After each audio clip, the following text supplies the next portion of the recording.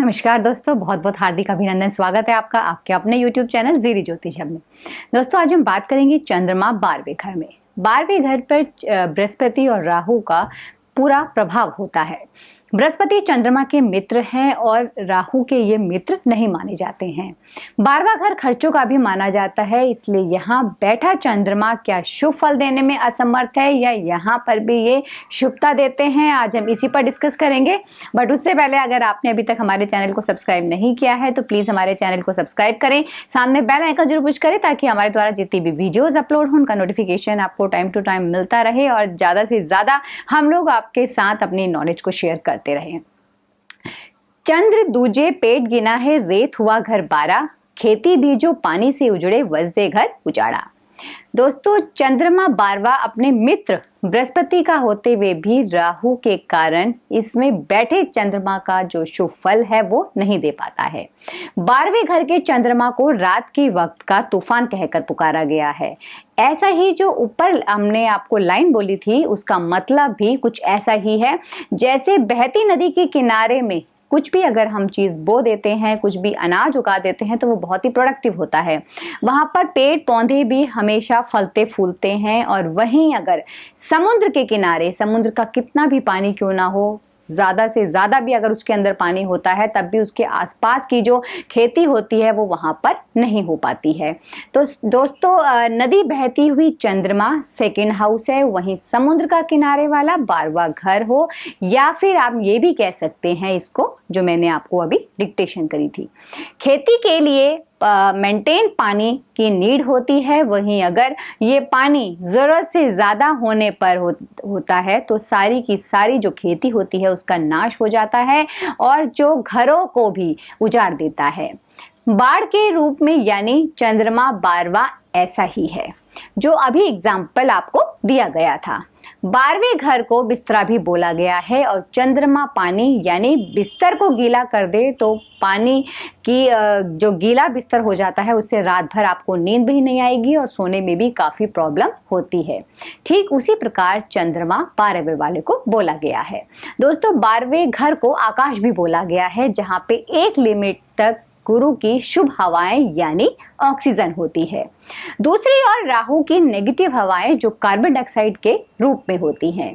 चंद्रमा 12वें के टाइम दोनों ग्रहों के प्रभाव पर अपना रिजल्ट देंगे, लेकिन चंद्रमा 12वें के समय मंगल जिस घर में होगा उससे संबंध रखने वाली जितनी भी वस्तुएं होती हैं उसमें उसका उत्तम फल देगा।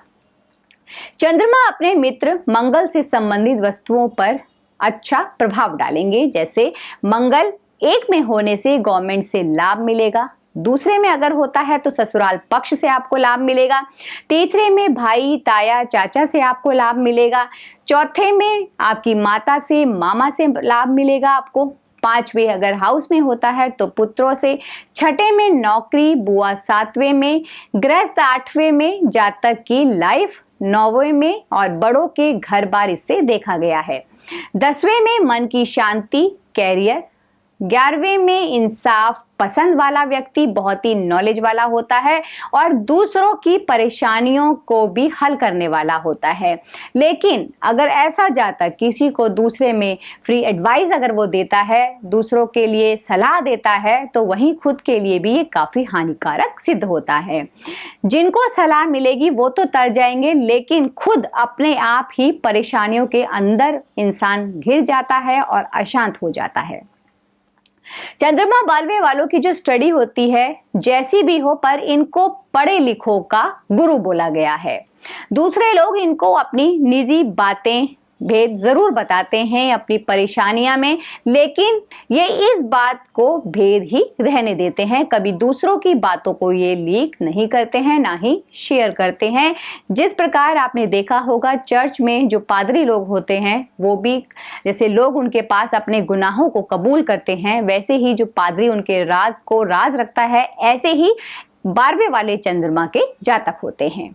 दोस्तों, ज्यादातर उनके ऐसे जो लोग होते हैं ज्यादातर देखा गया है जो दूसरों की बातों को किसी के साथ शेयर नहीं करते हैं, उनको राज रखते हैं, ऐसा देखा गया है कि ज्यादातर उनका चंद्रमा 12वें में ही पाया गया है।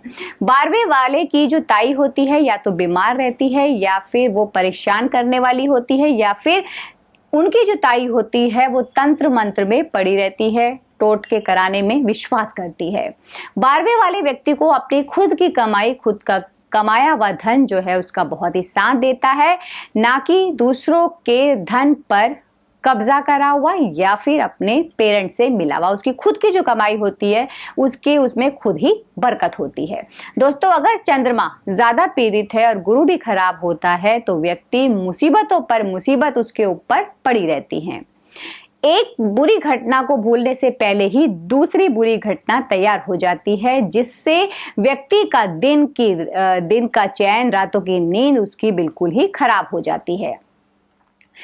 दोस्तों, ऐसा व्यक्ति जिनका भी चंद्रमा 12वें में होता है उनकी आईज भी खराब हो जाती है, आईज कमजोर हो जाती है, स्पेशली लेफ्ट आई बोला गया है।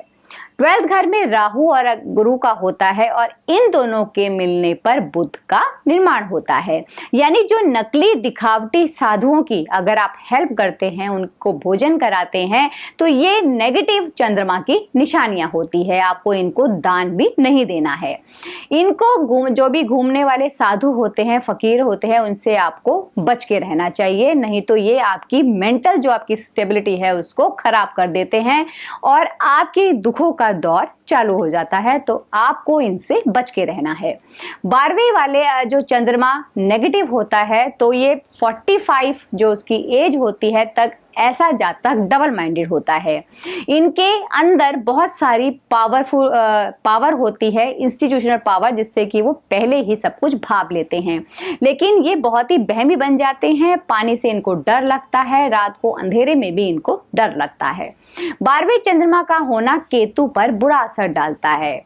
इस कारण से ये या तो इनके पुत्र नहीं होता है, या तो नालायक होता है, या फिर इनका कहना ना मानने वाला होता है। चंद्रमा 12वें वाले के घर में कुआं या पंप अगर आप उसको बंद कर देते हैं, अगर होता है तो, और उसके ऊपर अगर छत डाल देते हैं तो ये तबाही का कारण बनता है। इसलिए आपको ऐसा नहीं करना है। अगर आपके घर में पुराना पहले से कुआं बना हुआ है या फिर कोई भी पानी का स्रोत है तो आपको उसको नहीं ढकना है, और उसको छत तो उसके ऊपर आपने बिल्कुल भी नहीं डालनी है। दोस्तों, ऐसा व्यक्ति अगर अपनी बातें या फिर बड़ों की बातें बड़ा चढ़ाकर बनाता है तो ये चंद्रमा की नेगेटिविटी की निशानियां होती है। इसलिए आपको ये बातें बहुत ध्यान रखनी है, ऐसा नहीं करना है।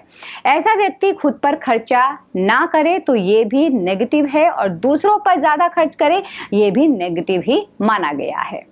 तो दोस्तों, आपके कुछ ऐसे परहेज और उपाय हैं जिनको करने से 12वां चंद्रमा की जो शुभता है, उसके फल हैं, उनको हम कैसे प्राप्त कर सकते हैं। तो आपने यहाँ पर क्या करना है, सबसे पहले आपका जो परहेज है, आपने फ्री में किसी को भी सलाह नहीं देनी है। स्पेशली रात को आपने किसी को भी कोई सलाह नहीं देनी है। दूसरा उपाय आपने करना है दोस्तों, चावल, चांदी, मोती और दूध, इन चीजों का दान भी आपने बिल्कुल भी नहीं करना है। स्पेशली चंद्रमा की चीजों का तो दान आपको कभी भी नहीं करना है। बारिश का पानी चांदी के बर्तन में या फिर कांच के बर्तन में आप भर कर रखें, और साथ में उसमें चांदी के 4 चकोर पत्रे भी डाल के रखें। इससे आपको बहुत ही शुभता मिलेगी। दोस्तों, अगला उपाय आपने करना है कि ओलों को लेकर आपने कांच की बोतलों में भरना है और फिर उसको सील कर अपने घर में जो भी ऊंचा स्थान हो, जैसे परछत्ती वगैरह बनी हो अगर आपके घर में, उसमें आप उनको रखिए। इससे भी आपको बहुत ही फायदा मिलेगा। अगला उपाय आपने करना है दोस्तों, चावलों को दूध में धोकर सफेद कपड़े में आपने सूती में उसको बांधना है और उसको आपने फिर कहीं पर लटका देना है। पानी जो उसका निकलता है उसको निकलने देना है आपने।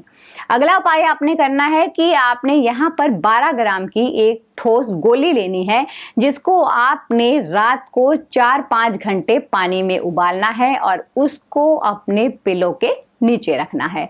ये उपाय अगर आप करते हैं तो इससे भी आपको बहुत ही फायदा मिलेगा। दोस्तों, अगर आपको लग रहा हो कहीं बहुत ज़्यादा खराबी हो रही हो और हमें कहीं से भी फायदा नहीं मिल रहा हो, नुकसान हो रहा हो या कहीं ना कहीं से कुछ नेगेटिविटी मिल रही हो, तो 1200 ग्राम आपने चावल लेने हैं और 12 दिन तक लगातार आपको उनको जल प्रवाह करना है, तो इससे आपको बहुत ही फायदा मिलेगा। तो दोस्तों, आगे आने वाली अपकमिंग वीडियो में हम ऐसी ही और ज्ञानवर्धक बातें आपके साथ शेयर करेंगे।